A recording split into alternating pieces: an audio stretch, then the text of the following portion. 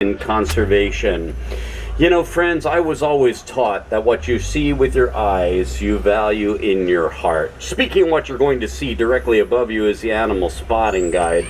Unfortunately, the way the animals migrate, we don't always get to see all of them, but we usually have pretty good luck. Now, friends, for your safety and the safety of everyone on board, three things. Please remain in your seats for the entire safari. Keep hands, arms, feet, and legs inside the truck. And please keep that facial protection on, covering the nose and the mouth. Your safari begins with me here in the Little Ettore Forest.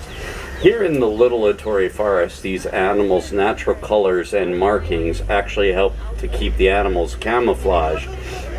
Running over there on the right-hand side is the okapi. The okapi, although it has a zebra-like stripe, it is not related to the zebra. The okapi is actually related to the giraffe. It has a prehensile tongue like the giraffe. And friends, I'll teach you a little bit more about the prehensile tongue when we see the giraffe. And by the way, guys, we are not going home today until we see a giraffe. And I was told this morning that my truck is packed and ready for a 2-week safari. If that's okay with you guys, say whoop whoop. By the way, the louder and the better you say whoop whoop, the better luck you have of seeing all of those animals on the spotting guide. Just saying whoop whoop. On the right-hand side, on the very top of the bank, that black and white bird with the orange beak with the yellow saddles called the saddle-billed stork. Also over there on that same side is the greater kudu. The greater kudu is the second tallest antelope, the greater kudu. Now, friends, I know of a great water hole up ahead where I usually have pretty good luck spotting for the hippopotamus. Would you guys like to go looking for the hippos this morning? If you do, say whoop whoop. Before we do, though, on the left-hand side, on the very top of the left-hand bank to the right-hand side, you'll see laying along the back bank a black rhinoceros.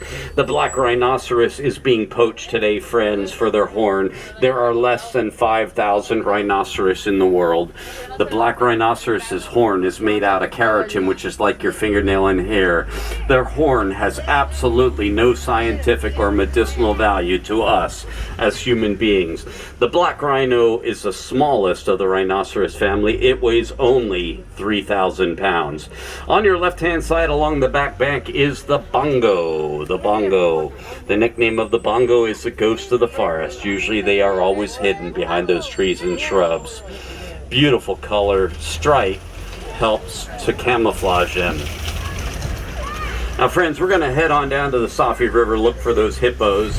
There's a fork in the middle of the road, guys. I usually go left. Occasionally I go right, but you guys look adventurous. Let's go straight. Now, guys, whenever I go on my adventures, I have a tendency to get lost. But we also have a saying here as safari drivers. We say Hakuna Matata. Hakuna Matata means no worries, guys. After all, we're packed and ready for a 2-week safari, right? Whoop, whoop. As we're traveling along the river, we're going to travel pole pole. Can you guys say pole pole? Pole pole means slowly slowly. Usually the hippo is usually holding their breath underwater for 8 minutes. We don't have to worry about that today. The hippopotamus is cold, so they're actually laying on the bank. A group of hippos, are you ready for it, is called a bloat. A bloat of hippopotamus. Now, friends, did you guys ever play the game Hungry Hungry Hippos? Well, it's true. On your left-hand side is another bloat of hippopotamus. They eat 80 to 90 pounds of foliage a day until they weigh 5,500 pounds. As I said, a group of hippos is called a bloat. Now, the way that I remember that, friends, is the hippopotamus doesn't really swim. They actually walk along the banks of the river and they float. And the word float rhymes with... Let's try that again. I only heard one person. The word float only rhymes with bloat. Correct, a bloat of hippos. On the island are the pink-backed pelicans. Now, friends, Just a kind reminder, keep your hands, arms, feet, and legs inside the truck. We normally see the Nile crocodiles along the banks of this river, and we really don't want any close encounters with them. Nile crocodiles, guys, on the left-hand side. Those Nile crocodiles will grow to be 16 to 20 feet long, weighing 600 pounds. They have the most ferocious bite of any animal. Their bite is equal to 2,000 pounds of pressure per square inch. Friends, their bite is bone crushing. We are no longer traveling slowly. Let's get out of here, guys. Let's get out of here. Twende, let's go. We're going to travel as fast and as far away from those Nile crocodiles, guys, as we can travel. Let's head on down to the savannah. This really is not a good place to set up camp today.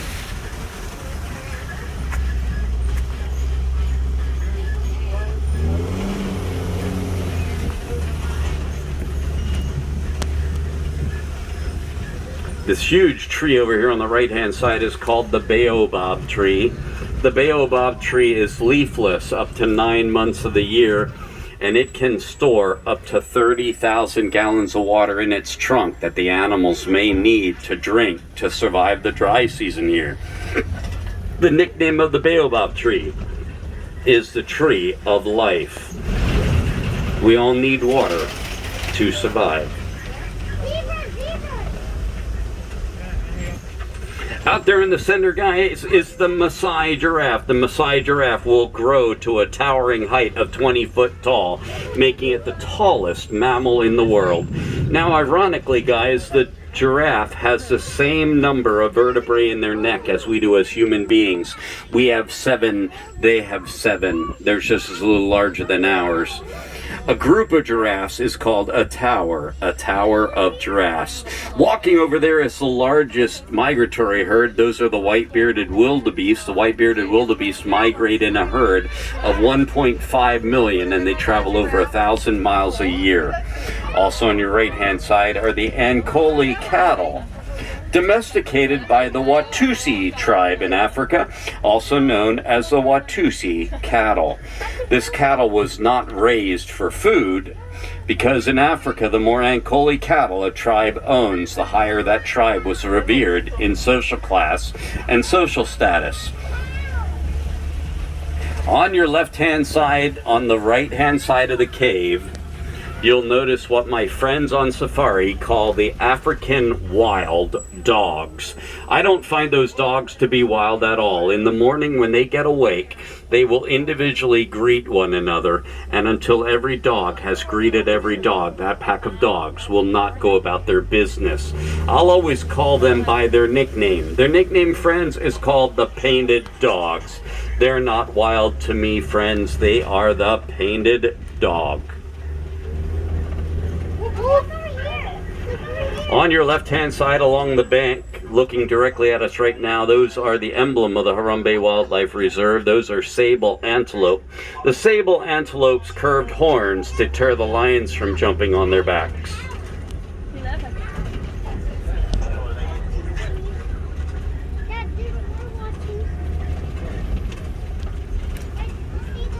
Guys, I'm seeing the trees over here on the left-hand side are moving. We're going to head over that direction.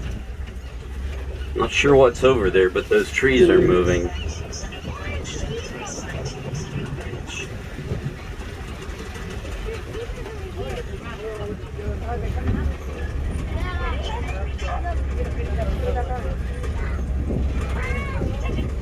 Guys, up ahead are the Hartman Mountain Zebra.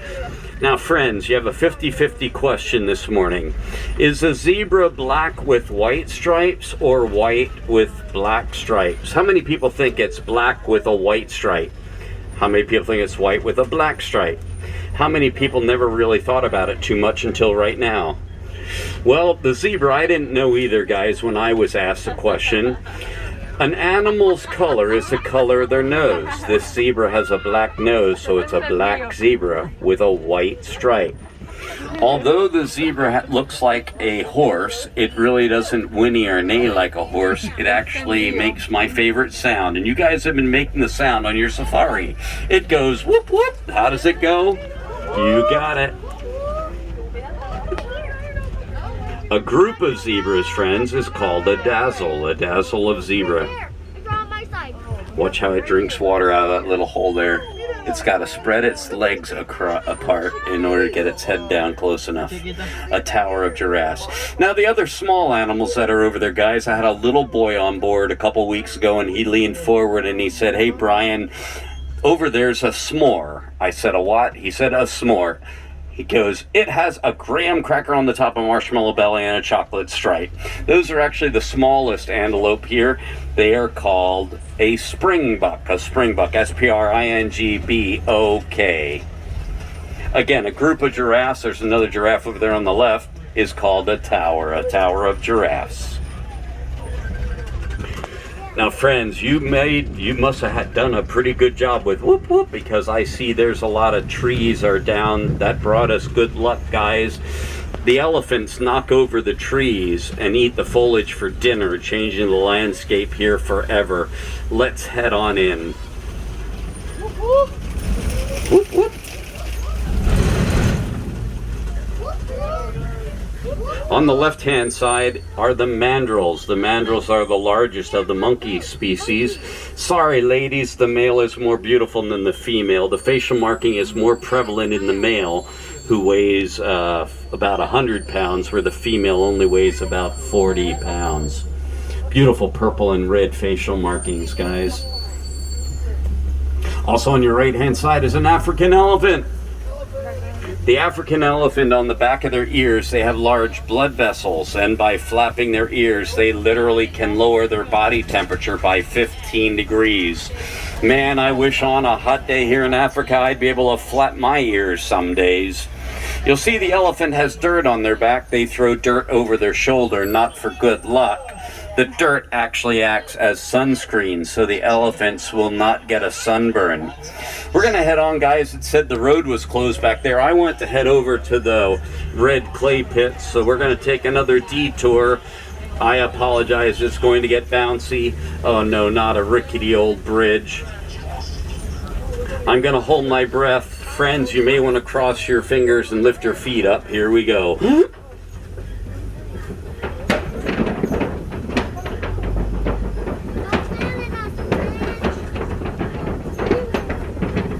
Woo! You guys okay back there? Say whoop whoop. Okay, let's head down to the red clay pits. There are some hoof marks in the dirt. And on the right hand side, you'll see the elephants were just here digging in the red clay pits. The elephants actually eat that red clay as a mineral subsidy to their diet, like we take vitamins. So we're on the right path, friends. There are a lot of huge baobab trees here, guys. How do the animals drink from a tree? Well, the elephants, because they have tusks, they can actually dig into the center of the tree to get to the water. But the other animals, how do they drink from a tree? By chewing on the branch and the roots. The branch and the roots become like a straw for the other animals to drink.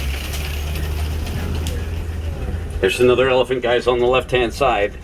We're going to head up here. Let's see if we can't see it.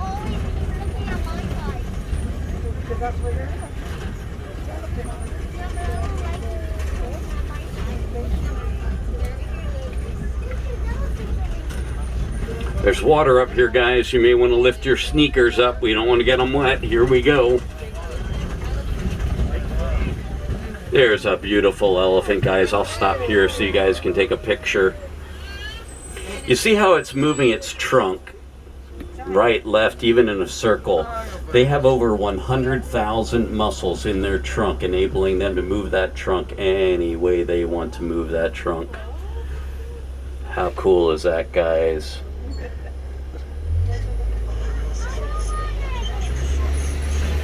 On the island, there are a lot of greater flamingos on the island this morning. They get their beautiful pink color because they eat brine shrimp. And brine shrimp are high in beta carotene, turning their feathers pink. A group of flamingos, guys, you're going to laugh at me. A group of flamingos is called a flamboyance, a flamboyance, a flamingo. If you find that to be humorous, guys, you should try to say flamboyant flamingo 5 times real fast. Are you ready? Here we go. Flamboyant flamingo, flamingo, flamingo, flamingo, flamingo, flamingo. Okay, somebody's had a little too much practice and maybe a little too much fun. Let's get heading on, guys. On your left-hand side, you'll see Warden Wilson confiscated some ivory tusks from the poachers last night. We still have a problem with the elephants being poached for their ivory. You know, to save elephants is really simple. Just refrain from purchasing anything made out of ivory. Guys, over there on the left-hand side, laying on the bank, you'll see the scimitar horned oryx. The scimitar horned oryx was extinct in the wild about 20 years ago. Yes, you're correct. There were no oryxes in the wild. Then we found there was a small reserve like ours, and there was a female. And then we found another reserve like ours, and there was a male. Now they're actually populating once again in the wild. The scimitar horned oryx can go 9 months without drinking water, and that's because its body does not sweat until it reaches 115 degrees. Over there in that mud hole, you'll see the huge hoof print of the white rhinoceros. The white rhinoceros is substantially larger than the black one. Do you guys remember what the black rhinoceros weighed? Only 3,000 pounds. Well, the white rhinoceros weighs 4,000 to 5,000 pounds, and it can run at a crashing speed of 45 miles an hour. A group of rhinoceros is called a crash of rhino. Guys, on the left-hand side, walking on the bank is a cheetah. That cheetah can run 60 miles an hour, and it can get up to that speed in 3 seconds. They do all of their hunting during the day, guys, so let's get out of here. I'd suggest that we head on over to the Kopi. The Kopi is a tall stone structure where the larger mammals, the lions, have a tendency to hang out. Friends, I can't guarantee you, though, we're going to see lions on the Kopi today. Are you aware that in the last 25 years, we've lost half of the lion population in the wild? 25 years ago, there were 40,000 lions in the wild. Today, there's only 20,000. The Disney Conservation Fund has made it their goal that they want to double the number of lions in the wild by the year 2050. If you'd like to help out, stop by any of the merchandise establishments in the Harambe Village. The Disney Corporation will match any donation dollar for dollar. And there you'll see a pride of lions on the Kopi today, guys. They'll match any donation dollar for dollar, and you'll receive a beautiful pin to wear with pride. They will rest or sleep between 16 and 18 hours a day, preparing to do their hunting at night. Now, if I have any wilderness explorers on board, wilderness explorers, on page 15, in order to get your safari merit badge, you need to know the name of my truck.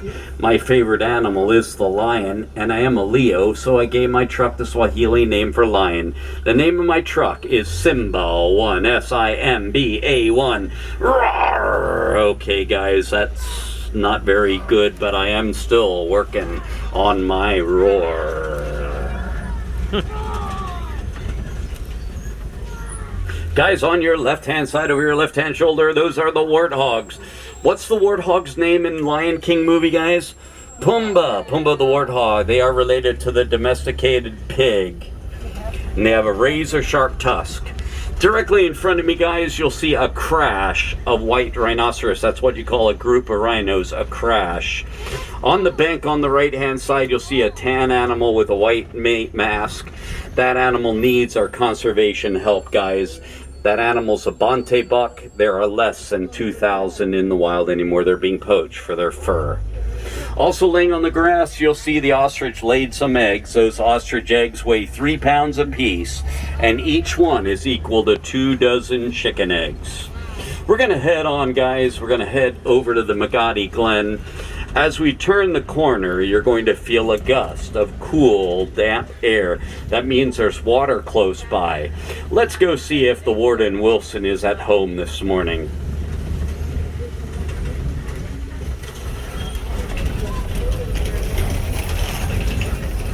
Okay guys, it's time for your Kilimanjaro Safari quiz. What do you call a group of hippopotamus that rhymes with the word float? A bloat of hippopotamus. What do you call a group of giraffe? A tower of giraffes. Here's a harder one. What do you call a group of flamingo? A flamboyance. Now you know why your silly guide said it 5 times, but it stuck. And last, what do you call a group of rhinoceros? A crash in the back of the truck. Good job. Well, this is where Warden Wilson is living. I don't see him around, but he started to raise these Nigerian dwarf goats. These Nigerian dwarf goats give milk. He makes cheese out of the milk and sells it to the locals nearby. We're always learning new ways to not only exist with the animals, but to coexist. These goats only eat weeds. And the animals that we saw today don't eat weeds, saving the habitat for the wild animals. Guys, this is the path leading us back to the Harambe village. Unfortunately, our safari is coming to an end. Friends, we truly saw a lot of beautiful animals out there today, guys. Did you enjoy yourself on safari today? If you did, say whoop whoop.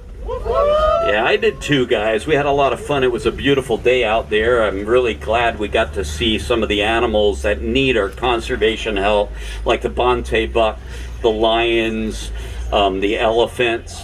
You know, guys, again, just a reminder, stop by any of the merchandise establishments in the Harambe village. Even if you just round off and purchase to the nearest dollar, every little bit helps when it comes to conservation. Well, I don't like to say goodbye on my safaris because goodbye is so final. So guys, on behalf of Kilimanjaro Safaris, my name is Brian. What you see with your eyes, you value in your heart.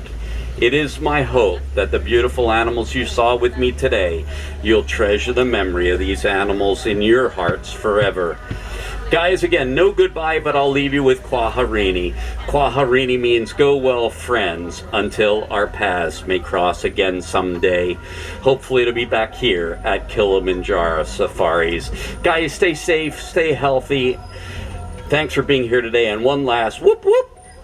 That's my friend Ricky that taught me whoop whoop. Take care, guys.